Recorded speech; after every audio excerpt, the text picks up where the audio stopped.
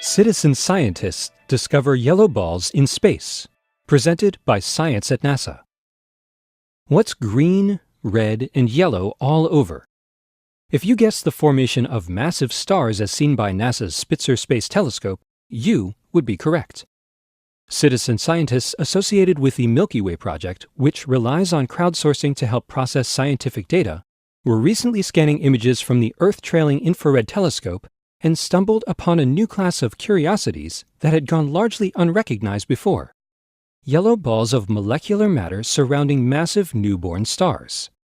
For years, volunteers have been scanning Spitzer's images of star-forming regions, places where clouds of gas and dust are collapsing to form clusters of young stars.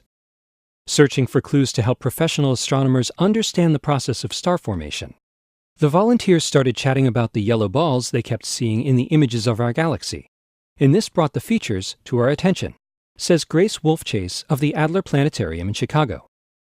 Before the yellow balls popped up, volunteers had already noticed green bubbles with red centers, populating a landscape of swirling gas and dust. These bubbles are the result of massive newborn stars blowing out cavities in their surroundings. When the volunteers started reporting that they were finding objects in the shape of yellow balls, the Spitzer researchers took note. The rounded features captured by the telescope, of course, are not actually yellow, red, or green. They just appear that way in the infrared, color-assigned images that the telescope sends to Earth. The false colors provide a way for scientists to talk about infrared wavelengths of light their eyes cannot actually see. With prompting by the volunteers, we analyzed the yellow balls and figured out that they are a new way to detect the early stages of massive star formation, says Charles Curtin of Iowa State University, Ames. The simple question of, what's that, led us to this discovery. A thorough analysis by the team led to the conclusion that the yellow balls precede the green bubbles, representing a phase of star formation that takes place before the bubbles form. Basically, if you wind the clock backwards from the bubbles, you get the yellow balls, says Curtin. Researchers think the green bubble rims are made largely of organic molecules called polycyclic aromatic hydrocarbons, or PAHs. PAHs are abundant in the dense molecular clouds where stars coalesce. Blasts of radiation and winds from newborn stars push these PAHs into spherical shells that look like green bubbles in Spitzer's images. The red cores of the green bubbles are made of warm dust that has not yet been pushed away from the windy stars. How do the yellow balls fit in?